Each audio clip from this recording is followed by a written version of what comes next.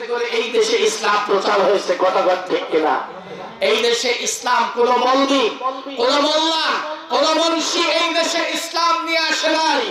এই দেশে ইসলাম নিয়ে এসেছে একমাত্র আল্লাহর ওলিরা, যখন ঠিক কিনা?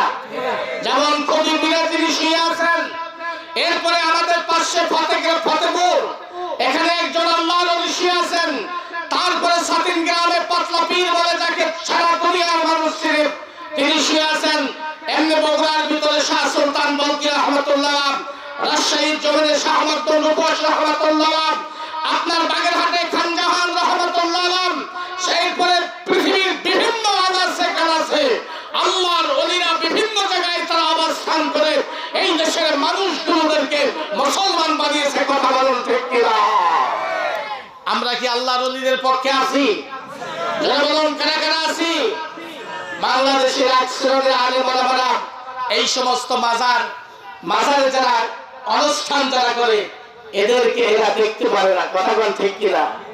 এদেরকে ভণ্ড বলতেছে, এদেরকে বেদাত বলতেছে, বিভিন্ন ভাবে আমাদেরকে আখ্যায়িত করছে। কিন্তু মানুষ আজও পর্যন্ত ইতিহাস জানে না যে এই দেশে ইসলাম কে দিয়ে এসেছে। আপনার বাবার জমি যদি আপনার বাবার নামে থাকে, 20 সালে যদি এর রেকর্ড হয়ে থাকে, 72 যদি আপনার ওই বাবার নামেই যদি রেকর্ড হয়ে থাকে, বলুন বাংলাদেশের সংবিধান অনুপাতে এই জমি অন্য কেউ নিতে পারবে? যদি কথা বলেন না কেন নিতে পারবে? ইসলাম সম্বন্ধে জানতে গেলে আমাদেরকে বুঝতে হবে এই দেশে আদৌ তো ইসলাম কে নিয়ে এসেছে, এই দেশে ইসলাম যারা নিয়ে এসেছেন তাদের ইতিহাসটা কি।